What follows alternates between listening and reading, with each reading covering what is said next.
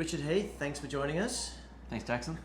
So you're going to be the CEO of the Zero Net Emissions for Agriculture CRC. That's it's it. A new body set up to solve the net zero in agriculture problem. Not a hard one to do. Easy job. Easy I'll have it done job. by lunchtime tomorrow. Exactly. Where are you at in terms of this rollout? So we're in the startup phase. So we begin operations on the 1st of July. The bid was announced as being successful in November last year, and at the moment we're just in the establishment phase where we're putting everything together. So the CRC bit, just make sure everyone is aware, stands for Cooperative Research Centre, which is a program that's been run out of the federal government for 30 odd years now. This is actually the biggest one that's ever been funded, which I think is a sign of just the level of interest in this issue and the level of importance of solving this issue as well. And that funding number, I think, was 150 million, is that right? It's actually quite a bit more than that. Oh, okay. So yeah, it's the way that CRCs work is that a bid team gets together. In this case, it was led by the University of Queensland and the Department of Ag and Fisheries Queensland. They pull a whole lot of industry partners together. For this CRC, it was 73 of them, and out of those partners, there was $87 million in cash contributions that came from those partners. The government matched it dollar for dollar. So it's 87 from industry, 87 from government, and then with the in-kind contributions as well, it takes it to about a $300 million program over 10 years. Wow, incredible. So there's so much, obviously, you can be working on. What are your immediate priorities? Look, we've got four main research programs in the CRC, four pillars. The first one's plants, the second one's animals, the third one's whole farm systems, and the fourth one is how other parts of the transition to net zero and the rest of the economy can come into farm businesses. So that describes everything, basically. So to get into it a bit more, I mean, plants, we will be working across all of agriculture. So plants, we're talking crops, cotton, horticulture for things like improved fertiliser efficiency, but we're also talking, very importantly, pastures when we talk about plants for the animal industries, particularly relevant to beef, obviously, here this week. So improved pasture varieties that reduce methane emissions from the animals that are grazing those pastures. And I'm really excited about that work in particular because there's new varieties that are really quite close to market that will have quite significant reductions in methane as a result of them being out in the field. Wow. So just to explain more about how that can reduce methane.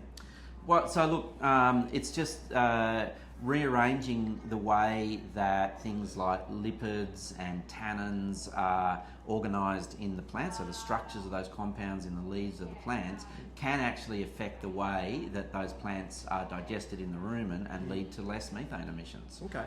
So yeah, it's just it's basic breeding of plant, but it's just working out what those compounds do in those plants and how to breed that into the plant so there's less methane emissions. And every, that's sort of the, I'm on a learning journey as well in all of this, and really interesting things that I'm finding out about.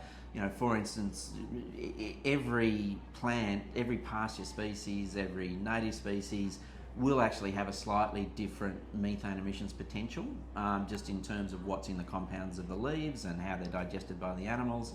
And so just doing things like screening all the pasture species that occur naturally across Queensland, for instance, seeing which ones are better and worse for methane emissions, and then working out if there's agronomic practices that can boost the species in the pasture mix that have lower methane potential.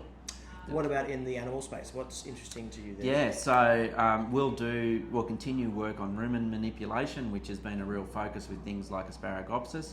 Now that's an opportunity for me to say there's not going to be a silver bullet, because I know there's been a lot of hype around things like that.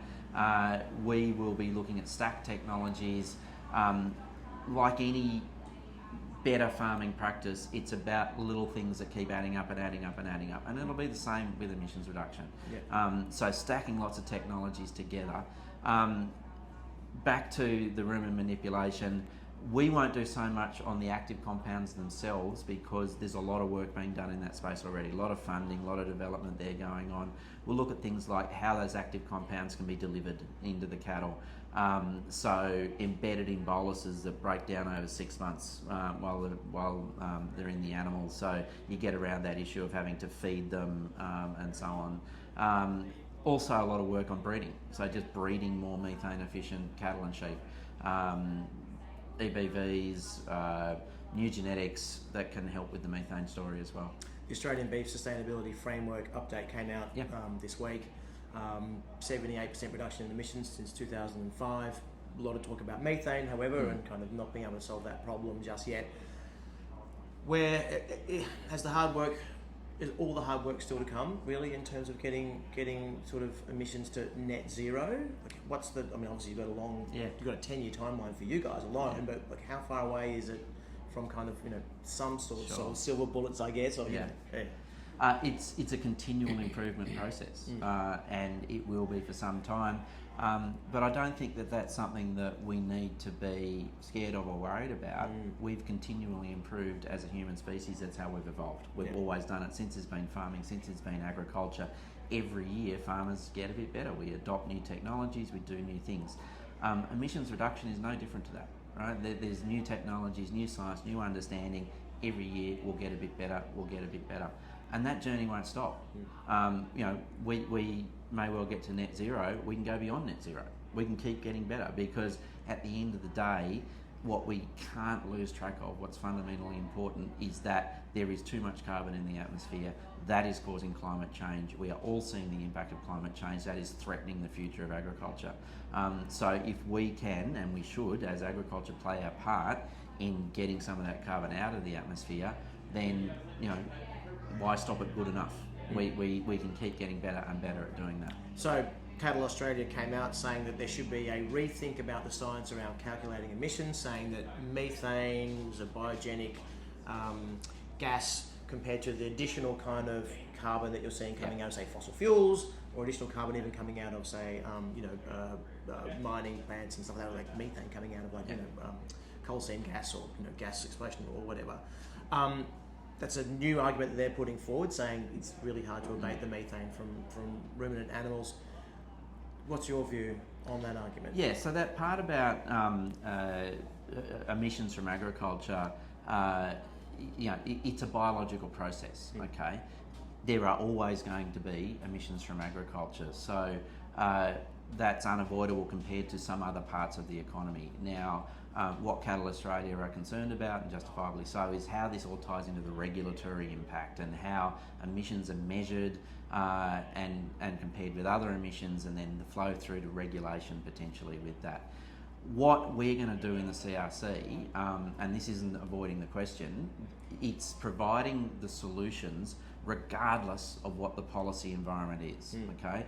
Now, I absolutely believe that we can lower methane emissions from cattle, make cattle more methane efficient, which has a very important long-term effect on climate change by getting that methane out of the atmosphere, and be productive and profitable at the same time, because we're doing it efficiently. We're doing it with the technologies that actually get a productivity boost. So that's what we're doing in the CRC. We're going to provide the tools. Doesn't matter what the regulatory environment is. It's just going to be good for short term for your farm business, and it's going to be good long term for agriculture, because we're helping with the climate change effort. How can producers work with you?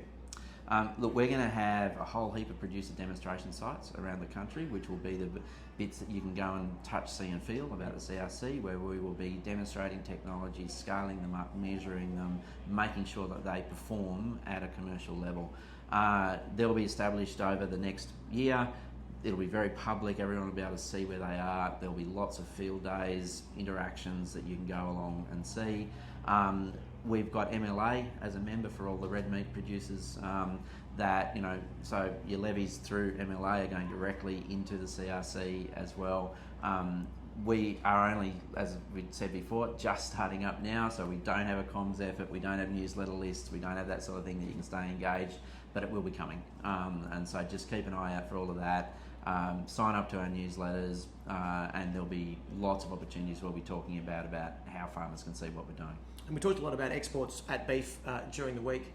How valuable do you think it is to our export markets that they can see that there are initiatives like this taking place in the ag sector? Incredibly important, really, really important. And I think what the CRC is going to really help with as well, So in my previous role, I was with the Australian Farm Institute, and I got to see a lot of this, the global policy implications around trade access and the pressures that to deliver sustainability outcomes are having around that. And where that conversation was going to was I think definitely an evolution in understanding globally that there's no one sustainability practice that works everywhere.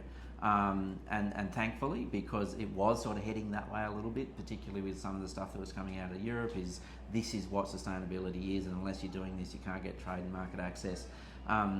There is an evolution of that understanding to we're just trying to deliver against a common set of values. There's lots of ways to do that. We need to show with really credible, accepted science how we do it here.